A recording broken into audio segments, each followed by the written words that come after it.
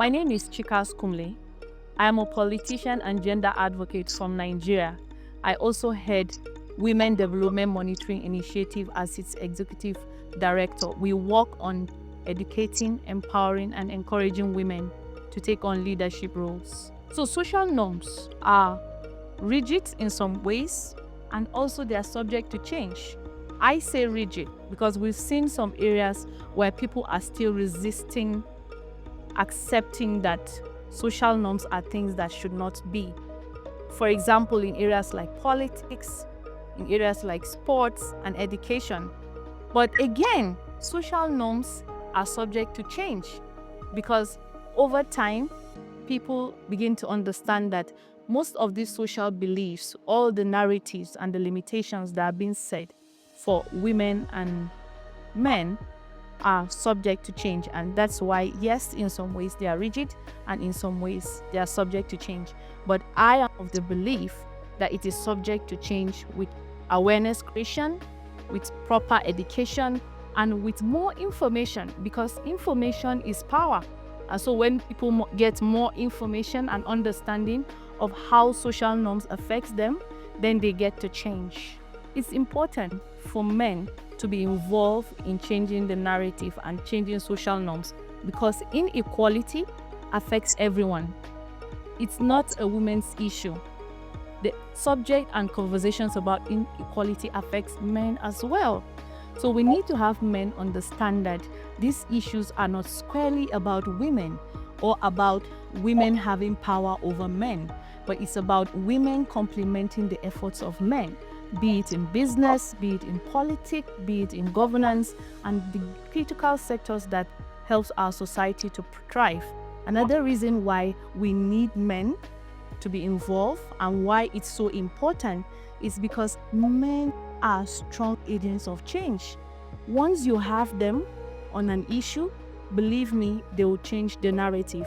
And because they are strong and influential people in the critical sectors, it's easy to have men of influence stand on the subject matter, the issue of inequality. We begin to see it from the societal lens that this thing is not about women, then they will be able to open up the doors so that more women and more disadvantaged people will get into them. And once we do that, then we make it a win-win situation. Social norms, like I said before, is not squarely around men. There are social norms, for example, that men presenting themselves strong, being very masculine, you should be silent in areas where there are challenges, and we've seen that impact greatly on the mental health of men.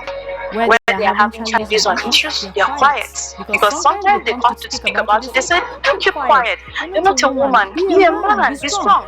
But forgetting that these issues affect you, whether you're a man or a woman. So when we advocate for social change, it is a win-win for men and women. This is just one of the examples. Another pressure that these social norms puts on men is, I talked about the emotional and psychological aspect. There's this aspect that they feel every man must be rich, you must be strong, you must show some level of power.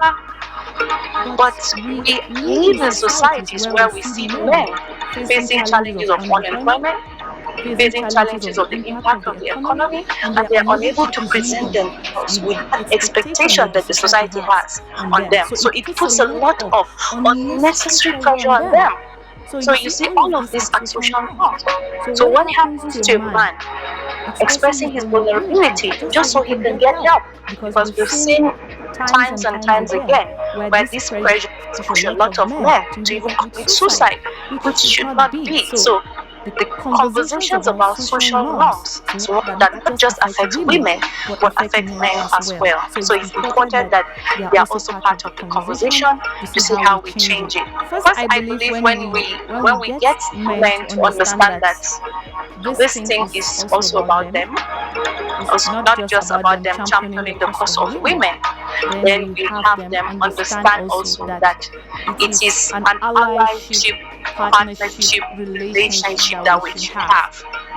it's important we do that, because when you use the words like championing a cause, it then means the subject for which this thing affects the ones at the losing side. But when you use the word allies, then it means you're speaking on the same page, viewing things from the same lens, and understanding this from a perspective that it benefits everyone. So yeah, language use is very important, and also we need to do that because people need to see themselves as being part of the change agents, not an extra or external distant issue that doesn't affect them. But when they see themselves as being part of it, then it makes it easier. I like the word them, in as much as it's always a controversial word from the part of the country where I come from.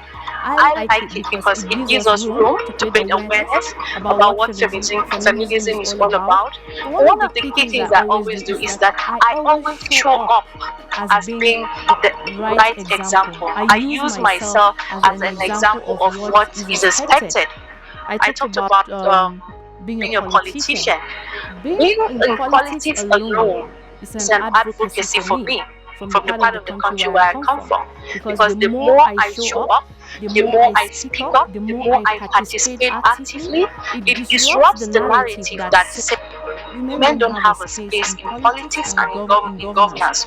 So me living my best, showing leadership by example, and ensuring that I present and also offer solutions to the issues that affect our people is a form of microfeminism. Because the people that ask the question about why do you want to give these women this space, why do we need to have them in spaces that they usually were not in, is simply saying that we are holding in power, controlling power to give advantage to men.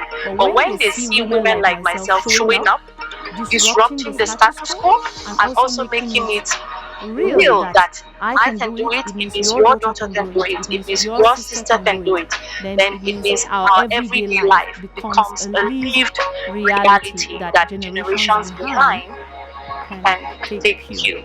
So the dialogue for me was quite impactful because I saw from the room that some of the things I was thinking were not widespread across the continent. I realized that we have shared challenges, and also from this dialogue, I've seen men who shared what their experiences were in understanding what social norms are and how they see themselves now as change agents. So generally, this dialogue was impactful, and I deeply appreciate International Idea for putting this together.